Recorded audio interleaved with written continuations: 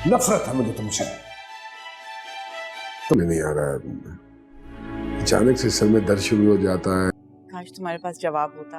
कल को अगर तलाक हो गई, कैसे यकीन कर लूं मैं तुम्हारी इन बेकार बातों पे? बहुत जालिम औरत हो तुम।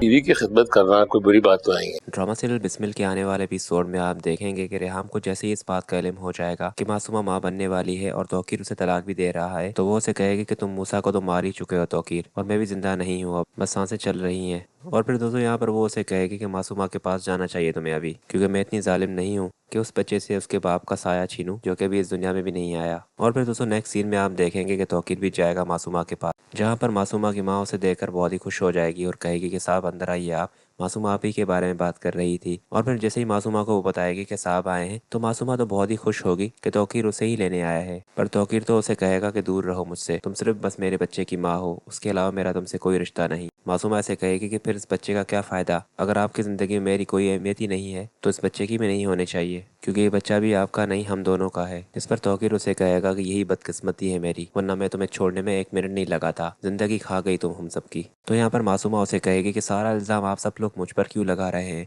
क्या आपकी इसमें गलती नहीं है? मैंने तो अपनी ख्वाहिश का इजहार किया था, क्योंकि हर इंसान चाहता है कि उसकी ज़िंदगी बेहतर से बेहतर हो। शादी करने के बाद अगर आप मूसा को और रेहाम को ना संभाल पाए, इसमें मेरी गलती कोई नहीं है। तो फिर उससे कहेगा कि ये सब कुछ भी मैंने तुम्हारी ही वजह से किया है, क्योंकि तुम कभी नहीं चाहती थी कि रेहाम को अहमियत मिले। मासूमा यहाँ पर उसे कहेगी कि वाह, ये सब कुछ करने के बाद आप सारा इल्ज़ाम मेरे ऊपर डाल रहे हैं। मैंने आपको मना नहीं किया था कि आप मूसा की शादी पर ना जाएं। मूसा की शादी पर न जाना आपकी अपनी जिद थी। खैर तौकीर तो अब बिल्कुल भी नहीं सुनेगा मासूमा की बात, वो उसे यही कहकर जाएगा कि जब तक ये बच्चा नहीं आ जाता इस दुनिया में, बस तब तक तुम मेरी बीवी हो, तब तक तुम्हें हर सहूलत मिलती रहेगी और उसके बाद तुम फिर आज़ाद हो। और मासूमा जो पेपर ले आएगी वो भी तौकीर वहाँ पर रख कर चला जाएगा। उसके बाद नेक्स्ट सीन में आप देखेंगे कि मासूमा को उसकी माँ ये समझा रही होगी, अल्लाह ने तुम्हें एक और मौका दिया है ये बच्चा देकर, बस इस बच्चे का ख्याल रखो और जितना हो सके अपनी सेहत का भी ख्याल रखो। एक दफ़ा अगर ये बच्चा ज़िंदगी में आ गया, फिर मेरा दिल कहता है कि तौकीर साहब तुम्हें कभी नहीं छोड़ेंगे।